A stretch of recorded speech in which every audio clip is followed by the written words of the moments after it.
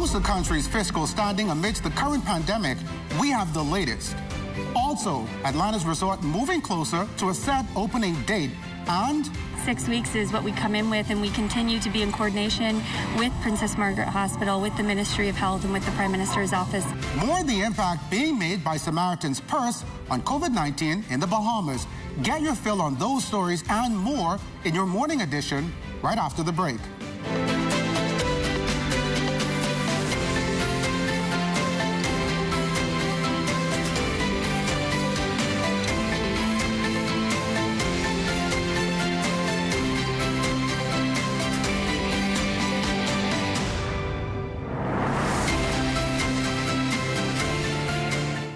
It's time to fall back.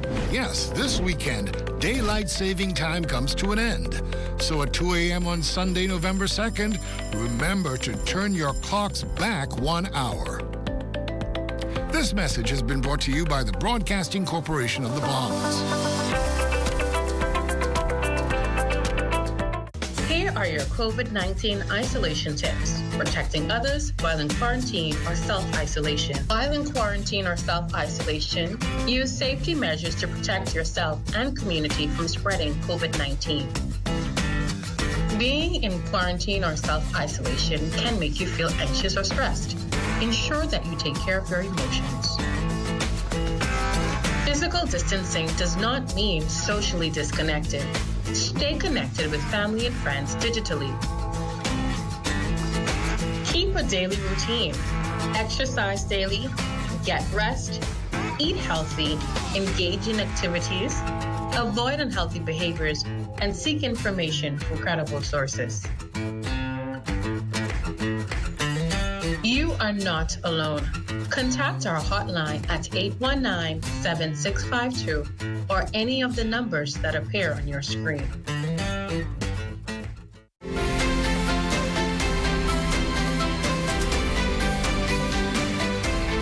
Now, the country's fiscal standing is still being hard hit by the ongoing pandemic. I'm Lloyd Allen, and this is the Morning Edition. Curfews and lockdowns for the month of August placed tremendous pressure on the national fiscal position, accounting for revenue loss of just over $251 million. This according to an overnight release issued by the Ministry of Finance. Now, finance officials expect the hampered reopening of the tourism sector and the extended curfews in October to place further pressure on the fiscal budget, causing a decline in revenue from VAT, import duties, and departure taxes by almost 0.5%. Now, to respond to the crisis caused by the pandemic, sizable outlays were made for unemployment assistance, social support, and small business recovery assistance. Deputy Prime Minister and Minister of Finance, the Honorable Peter Turnquest, says, as it stands, the safe reopening of our economy remains one of the most urgent moves in a possible stabilization effort. The minister is expected to address planned fiscal adjustments and new policy measures in the coming days. And Atlanta's Paradise Island Resort has indicated that property will be welcoming guests before the end of the year in several planned phases. They say staff will be informed of the reopening phases, which will begin the process to return to the property. Now, details on the new protocols to maintain health, safety, and the well-being of staff and guests while on the property will also be revealed. Now, all staff members won't return during phase 1, but in the coming weeks, Atlanta's management has committed to share information on how other workers will be supported in the interim. And it was nearly 2 weeks ago that Samaritan's Purse set up tent for its field hospital here in the capital to assist with bed limitations for persons diagnosed with COVID-19. The organization, which is providing 28 beds, says a number of patients have already been assisted. Medical Director for Samaritan's Purse, Whitney Peterson, explains.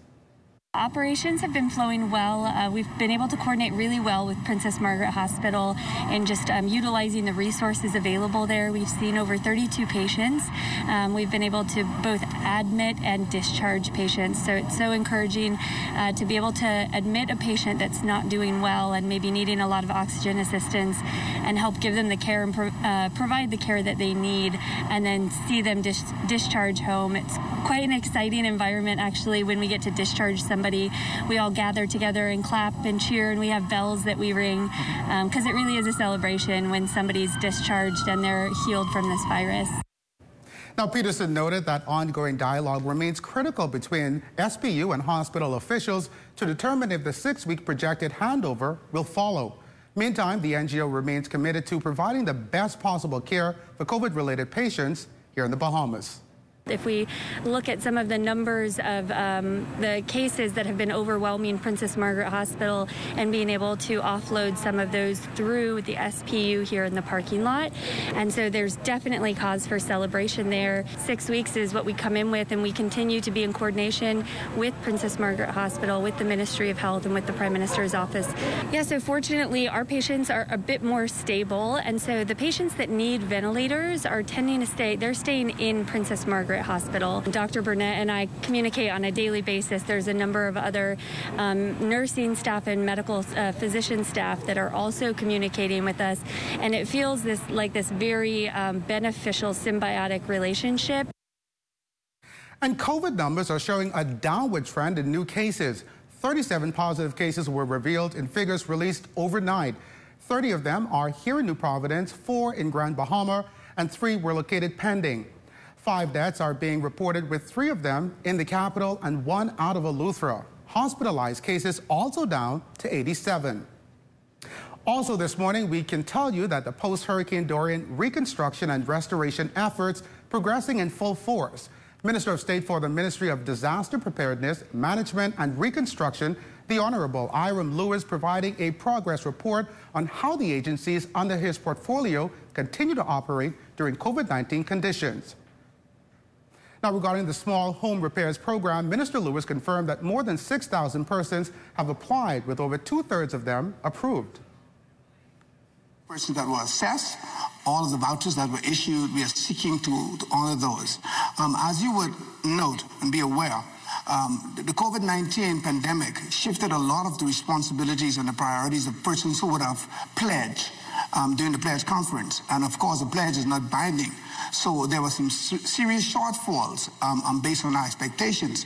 When I mentioned that there was over 6,000 who made application, only about 4,200 qualified. Persons who didn't qualify for various reasons. Either they had insurance in place or there were ownership issues, etc. But all of those that was approved and we committed to, we will do our best to honor those commitments. Let me know what it's like. Good morning. We are coming to you live from Montague Bay with your traffic update this morning. No, we're not taking a dip in the water and breaking protocol, but this area has seen its fair share of accidents during the past month, and we'll be talking about that coming up in the traffic report.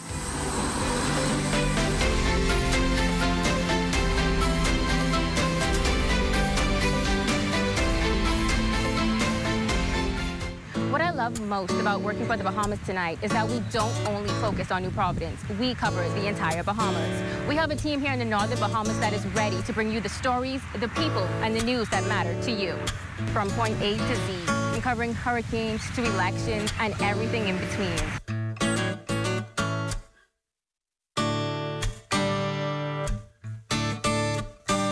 During this pandemic, it is our duty to ensure that all citizens, residents, and visitors are adhering to the COVID-19 safety protocol. Restaurants may operate utilizing curbside pickup, drive-through, takeaway, or delivery. Any establishment who allows the entry of any person not wearing a mask is liable upon a summary conviction to a fine of $500. I am Ambassador Ashanti Ruko of the COVID-19 Enforcement Unit. Save a life that may be your own.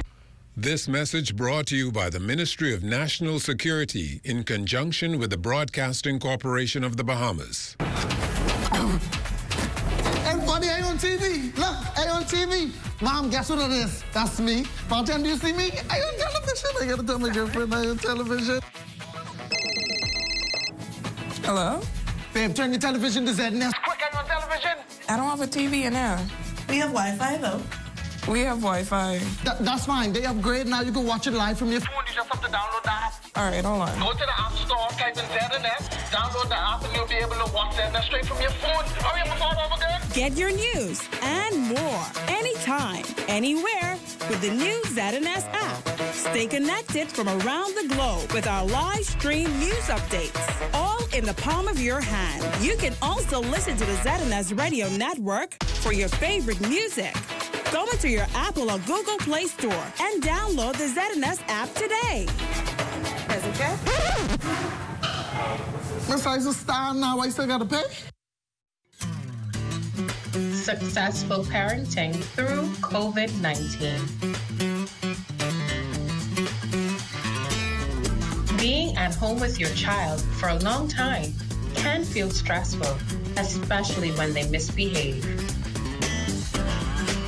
Children can also feel stressed as their daily routines have changed.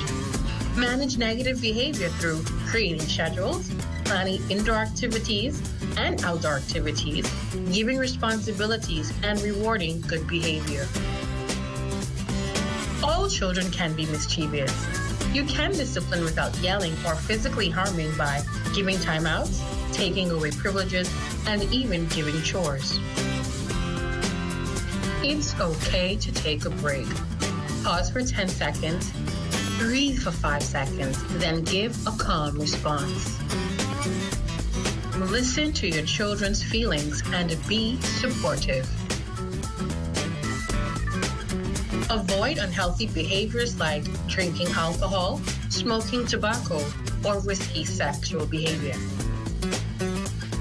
Feeling overwhelmed? Contact our hotline at 819-7652 or any of the numbers that appear on your screen.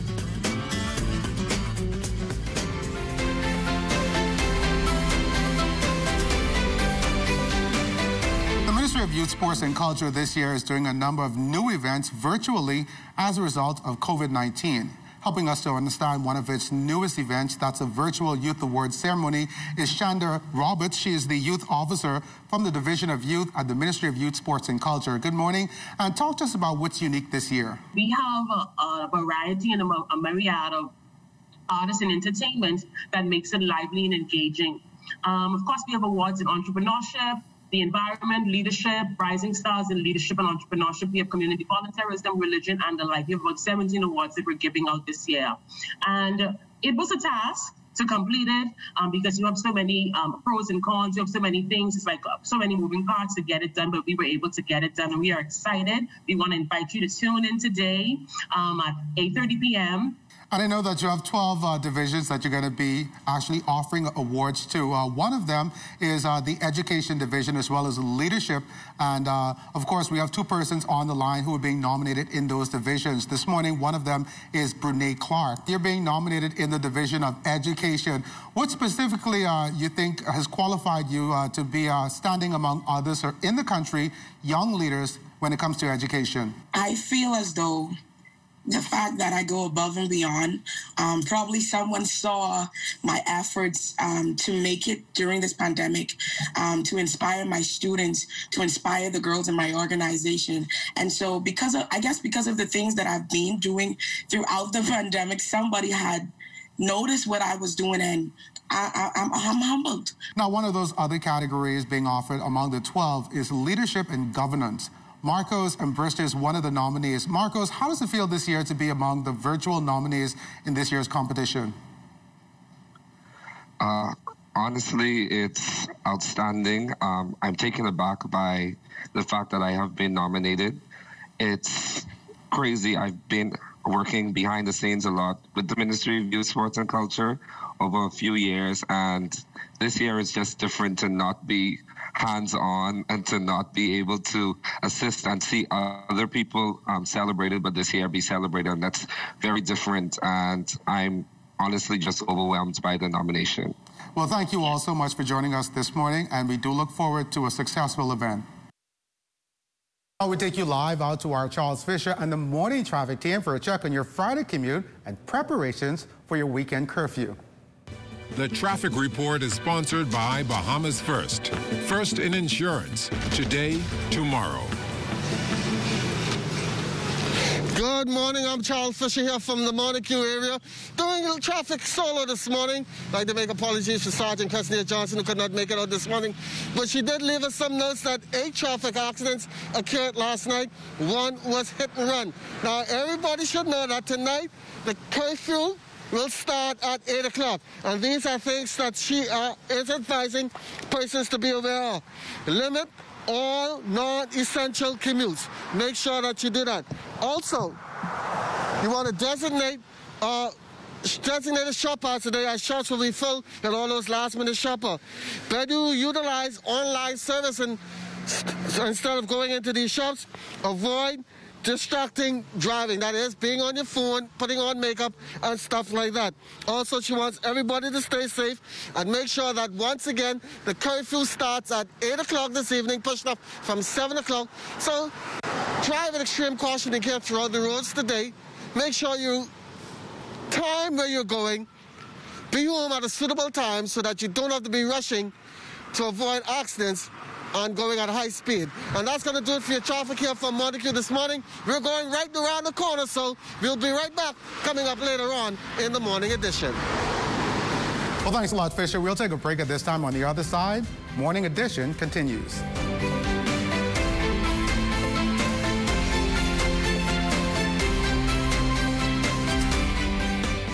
During this pandemic, it is our duty to ensure that citizens, residents, and visitors are adhering to the COVID-19 safety protocol. Cleaning and sanitizing will help stop the spread of the COVID-19 virus. Pay special attention to areas that are frequently touched in high traffic by family, friends, and clients. Make sure you're using proper cleaning materials and sanitizers. Place all cleaning materials in the correct disposal or storage area. I'm Ambassador Brittany Johnson of the COVID-19 Enforcement Unit. Save a life that may be your own. This message brought to you by the Ministry of National Security in conjunction with the Broadcasting Corporation of the Bahamas. Hi, I'm Dr. Pinder. During this global pandemic, we ask for you to be responsible. As we fight the COVID-19 virus together, we would like to encourage you to do the following. Wash your hands. Cover your mouth and nose with a flex elbow or tissue when coughing and sneezing. Practice social distancing by staying 6 feet apart. Avoid touching your eyes, nose, and mouth, and if you must go out, wear a mask. We stay here for you. Please stay home for us. To those of you on the front line, we salute you as we continue this fight together. This message has been brought to you by the Ministry of Health in conjunction with GD Media Solutions and this television station.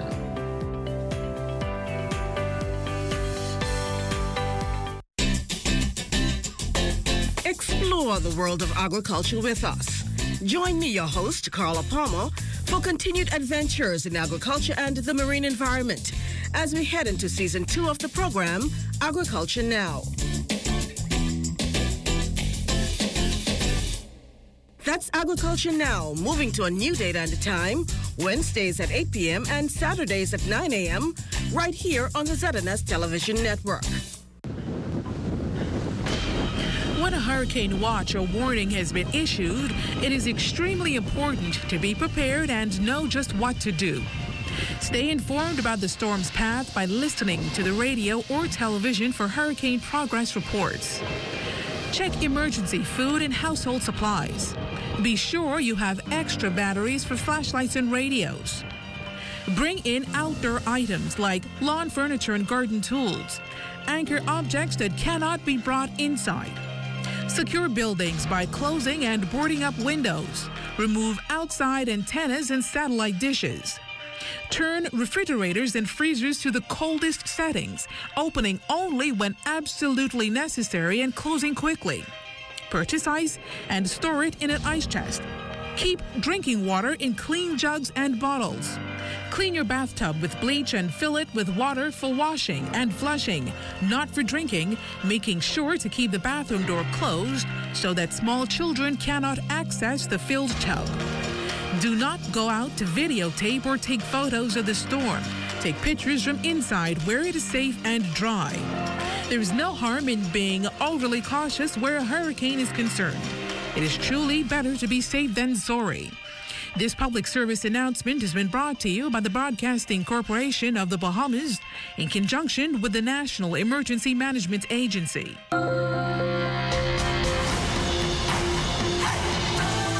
Welcome back to the Morning Edition. Well, a local animal rights organization needs your help in reducing the high stray dog population in the Bahamas. Chairman of BARC and Alliance for Animal Rights and Kindness, Laura Kimball, says since 2015, some 15,000 stray dogs roam the streets. That's down from 2012 figures. She adds that this situation is critical as it impacts the economic well-being and health of the nation. The stray dog and cat population is very high in the Bahamas, especially in New Providence being the capital and the most densely populated. So what BARC does is we really try to educate people on how important it is to spay and neuter their dogs and cats, and that each one that is spayed and neutered prevents a lot of litters. Just one dog and her offspring in a period of 6 years can produce up to 67,000 animals. So it's just so important that each person takes the responsibility of helping to be part of the solution. Now, Kimball today is making this appeal to the public. Biggest thing that people can do is we really ask people to adopt, do not shop. People really do not need to breed their dogs and cats. There are so many animals. There's just not enough homes. I just want to stress that so much. And, you know, people have this stigma around adopting, and they think that, you know, there's something wrong. Oh, I'd rather spend $3,000. Guess what? Those animals that someone spent $3,000 on are the ones that end up at the Bahamas Humane Society because for whatever circumstances in that person's life, they decided they couldn't take care of that animal anymore.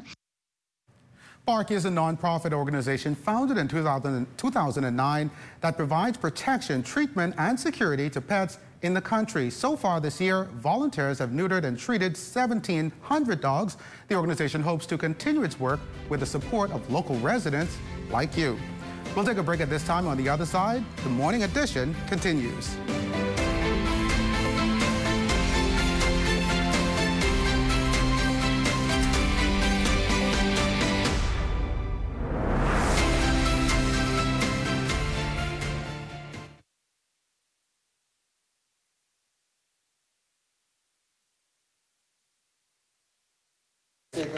As an artist, I travel all over the world, and I find inspiration all around me, from the people, and especially the environment.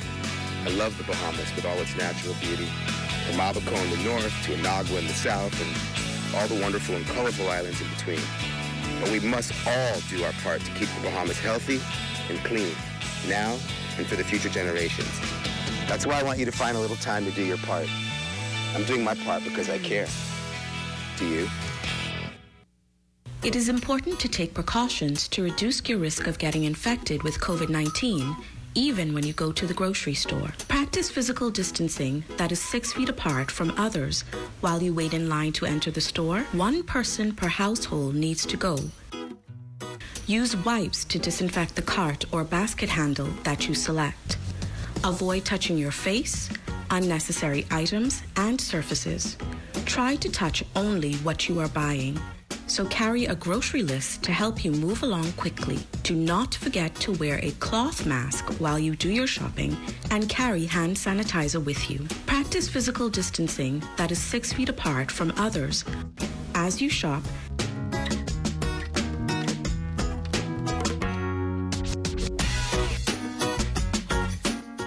and at the cash register.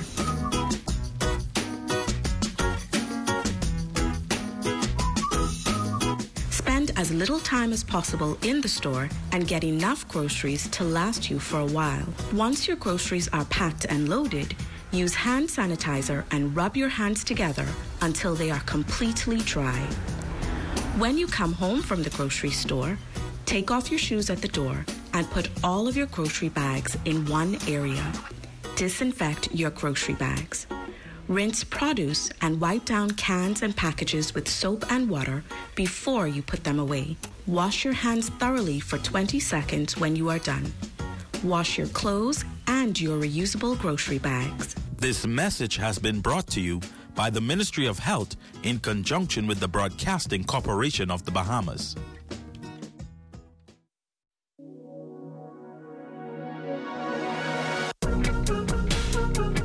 Let's stay COVID-free. Remember the 3 S's.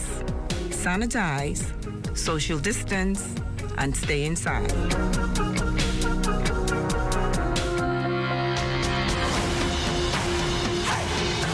Right in time for Halloween, this next report profiles a young makeup artist whose style may be a little off the beaten path, but has a certain flair which may give similar artists in Hollywood a run for their money. Charles Fisher has the gory details. Her artwork can somewhat be described as freaky, something straight out of a Hollywood movie. For 12-year-old Sienna Bow, it all got started with some classwork. Decided to put like little strips of glue on our books, and we let it there. We left it in our desk and we left it to dry.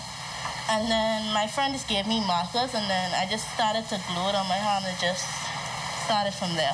An 8th grade at Anatole Rogers High School, her curiosity of graphics and FX makeup got her brains ticking. After I did that, I decided that it was so cool that I wanted to research it. And then I actually started to watch somebody on YouTube, and that's when I started to get the feel of it. And they used to do a lot of stuff for Halloween time, but not only Halloween. It would be like through the year and just like different stuff. They wouldn't just do like stuff for Halloween. Like it's really cool to me because you could bring stuff that doesn't normally happen to life. Some of her work look like scenes straight out of a horror movie. I know it's fake. I'll be honest with you, I hate scary movies, but if I know it's fake, I could actually stand and look at it, and I could actually do it. And it's probably just because of the generation I'm in, but it's actually cool and fascinating to me. That's why I did it. Okay, this is the start of one of her creations. By the end of this story, you will see the finished work and be amazed. Depends on how entered you are. It will take about 30 to 20 minutes. But if you wanted to do something like really gory, it would take a long time. Like the one I did last night, the process of that was putting glue on my face, then ground coffee, and then blow drying it, and then doing it again, like a repeated process. It was like layers. So that's why it took so long. And the materials she uses, you can find just like that. Everything I use is homemade or something that you could find in like a store or thing like this. This was scar wax. I made this at home with flour and Vaseline, and that's it. And you just mix it together and you get like this doughy substance, Just chalk, that's all it is. Scrape this until it becomes a powder, and then mix it with either water or alcohol, and it becomes like an alcohol or water paint stuff. And then glue, and that's it. Now to that finished product. Told you, it's straight out of Hollywood.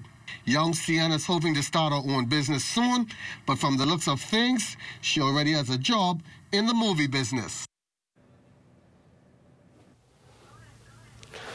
Quite a unique young lady there, Sienna Bow. Well, we are now moving up the street to Partyland.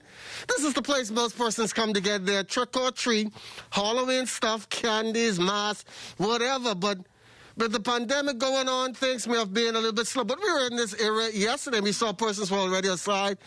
Vendia, right? Yeah. Vendia, how has business been during this time of the year, during what we're going through?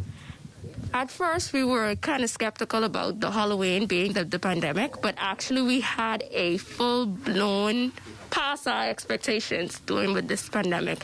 We have had customers coming in looking for costumes for kiddies, and they have now resorted that even though it's a pandemic and they can't go to trick-or-treat, they are now actually staying at home and decorating each room of the house and allowing the kids to dress up in their costume and knock on each door to collect candies, after which they started coming in for candies by the boatload, decorations for the rooms, and costumes. They were selling as we were putting them out. They were just going off the shelves. And I can see, because I was in the store last year getting a costume for me, myself, LaDon, and the crew. Sorry we couldn't dress up in our Halloween costume this year, but people are not letting this get to them, and they are having fun. Kids still wanting to go out. They still want their treats. Yes, they do. And they're making sure, Mommy, I want this. this, I want to dress like this, and I want lots and lots of candy. So they're making sure, even though the pandemic, they're still keeping up with the tradition. What seems to be the top sellers this year in terms of costume? In terms of costumes, when it came to the toddlers, they were into the Toy Story and a lot of other characters, such as the unicorn. Unicorn was kind of popular for the little baby girls. When it came for the older girls, we were into the more ghostly, into the ghostly cheerleader, the ghostly angels, as well as anything to do with fairies and girly girl. When it came to the boys were into the Batman, the Spider-Man, ninjas, and all of those different things. So don't let this downtime turn you away. Partyland is still open here in the Harbor Bay Shopping Center. Give us your hours today.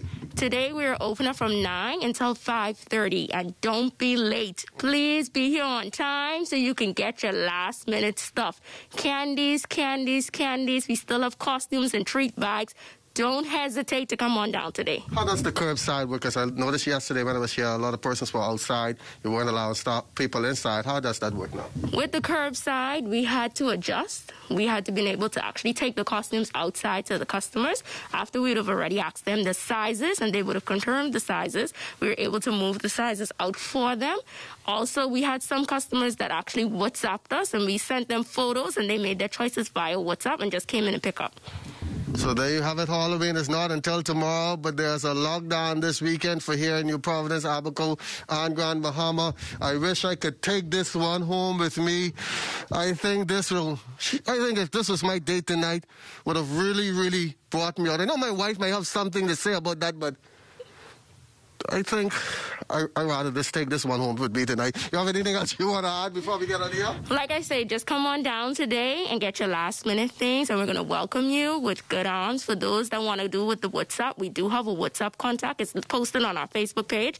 You can get the WhatsApp. We'll send you the photos so you don't have to worry about the bustle outside on the curbside. So there you have it here from Partyland. They're opening at 9 o'clock this morning until 5:30. So come on down, get your treats, get your candies, and get everything. They have all the props. Like they say, people are continuing to buy. And this is Happy Halloween. Happy Halloween, everybody. This is how I'm going to look tonight. This weather report is sponsored by Bank of the Bahamas, the Bank of Solutions.